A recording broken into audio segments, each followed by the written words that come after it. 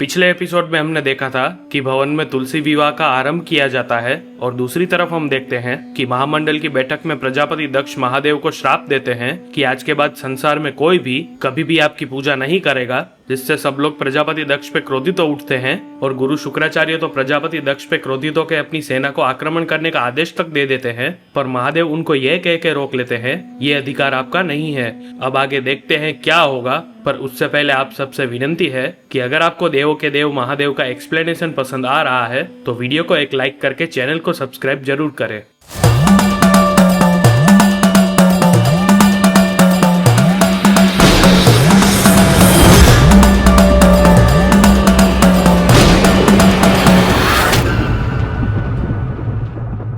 आगे हम देखते हैं कि महादेव का इतना बड़ा अपमान होने के बाद भी वो बिना क्रोधित हुए एकदम शांत रह के प्रजापति दक्ष को समझाते हैं कि योग, ध्यान और वैराग तीनों ही नियमबद्ध है। बस अंतर केवल इतना ही है कि ये नियम आपके बनाए हुए नहीं है दक्ष। जो आपके नियमों के अधीन है उसे आप अराजकता समझ बैठते हैं। आप अपने सभ्य समाज में शांति स्थापित करना चाहते हैं, पर आप ही की बनाई नीतियां और नियम पक्षपात का आधार बन जाती हैं। जो दायित्व आपको संसार के पोषण के लिए सौंपे गए हैं वो संसार के शोषण का आधार बन जाते हैं, और ऐसे में शांति कैसे स्थापित होगी दक्ष? मैं तो यहाँ सिर्फ दधीजी का दिया हुआ वचन पूरा करने आया था। तब महर्षि दधीजी प्रजापति दक्ष के पास जाते हैं और प्रश्न करते हैं कि आपने महादेव का अपमान करने के लिए हमारी भक्ति और श्रद्धा का लाभ उठाया। इस महामंडल से तो आपने महादेव का स्थान हटा दिया, पर आप ये स्थान और कहाँ से हटा सकेंगे? और इतना कह के अपने हृदय पे हाथ रख के कहते हैं कि वो तो पहले ही यहाँ लिखा जा चुका है। कैसे मिटाएंगे महादेव की छवि को उस मन से जो वहाँ बस चुकी है? आगे हम देखते हैं कि बड़े ही शुभ मंगल तरीके से विधि अनुसार विष्णु तुलसी विवाह संपन्न किया जाता है और प्रसूति तुलसी देवी को चूड़िया और मंगलसूत्र अर्पण करती है। पर जब ये सब देख के देवी सती मुस्कुराती है तो प्रसूति उनसे कहती है कि एक दिन तुम्हारा विवाह भी ऐसे ही होगा। तब जो शालिग्राम में देवी सती को शिवलिंग दिखाई दे रहा था वो देख के देवी सती फिर से मुस्कुराती है। आगे हम देखते हैं कि महर्षि दधीजी के इतना तर्क करने के बाद भी प्रजापति दक्ष को कुछ भी फर्क नहीं पड़ता, तो वो महादेव के पास जाते हैं और हाथ जोड़ के कहते हैं कि महादेव, मैंने अपना दायित्व निभाते हुए महामंडल की इस बैठक का निमंत्रण आप तक पहुंचाया, पर मुझे ये बिल्कुल नहीं पता था कि ये एक षड्यंत्र है। मुझसे भूल हो गई है प्रभु, मुझे क्षमा कर दीजिए। महादेव महर्षि दधीजी का प्रेम भाव देखते हुए बड़े ही विनम्रता से समझाते हैं कि दधीजी, आप तो मेरे परम भक्त हैं। आपको तो ये समझ जाना चाहिए कि वैरागी शिव के लिए पूजा अर्चना और यज्ञ का कोई महत्व नहीं है।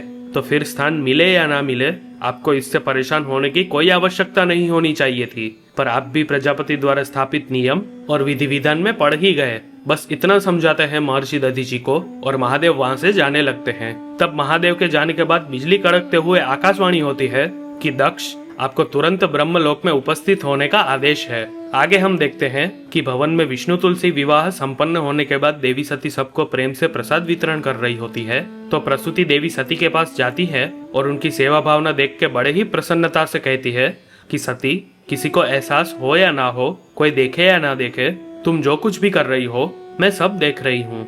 जिस एकाग्रता से तुमने पूरे उत्सव का कार्यभार संभाला है मैं सब देख रही हूँ सती, और मुझे तुम पर गर्व है।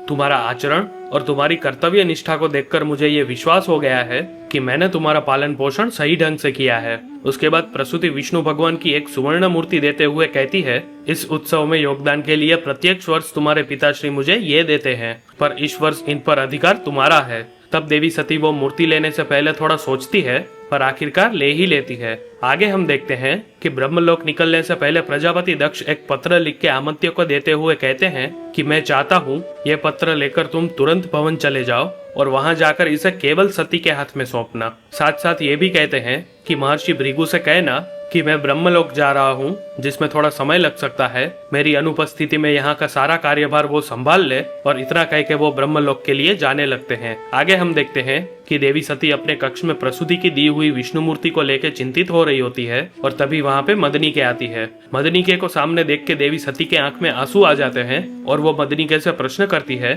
क्या शिव को पाने की इच्छा ही सब कुछ है? माँ और पिताजी को मुझसे जो आशाएं हैं, क्या उनका कोई मूल्य नहीं? मेरा माँ और पिताजी के लिए जो कर्तव्य है उसका क्या मदनिके? माँ मेरी व्याकुलता को एकाग्रता समझती है। वो सोचती है मैं सब कुछ भूलकर उत्सव की तैयारियों में खोई हुई हूँ। उन्हें ऐसा लगता है कि मैंने पिताजी का बान रखा है, पर सिर्फ मैं जानती हूँ कि सत्य बिल्कुल इससे अलग है। मैंने पिताजी को दिया हर वचन तोड़ दिया, मर्यादाओं का उल्लंघन किया। मैंने आज तक माँ पिताजी से कुछ नहीं छुपाया, पर इस बार अपनी इच्छाओं के पीछे भागते भागते मैं अपना दायित्व कैसे भूल बैठी? क्या मैं इतनी स्वार्थी हो गई हूँ? तब मदनी के देवी सती से एक ही प्रश्न करती है कि अगर मैं तुझे ये कहूँ सती कि तेरे इस प्रश्न का उत्तर हाँ है, तो वो सारी अनुभूतियां जो तुझे हुई है, क्या उन्हें भूल पाएगी सती? क्या महादेव को भूल पाएगी तू? मदनी के ये प्रश्न सुन के देवी सती बहुत ही आश्चर्यचकित हो जाती है और तभी पहले सीजन का 39वां एपिसोड समाप्त होता है। अगला एपिसोड आपके स्क्रीन पे आ रहा होगा, आप आगे भी देख सकते हैं। और अगर आपको ये वीडियो अच्छा लगा हो तो कमेंट में हर हर महादेव जरूर लिखें और आपसे विनंती है कि वीडियो को एक लाइक करके चैनल को सब्सक्राइब जरूर करें। बाकी मिलते हैं अगले एपिसोड में। हर हर महादेव।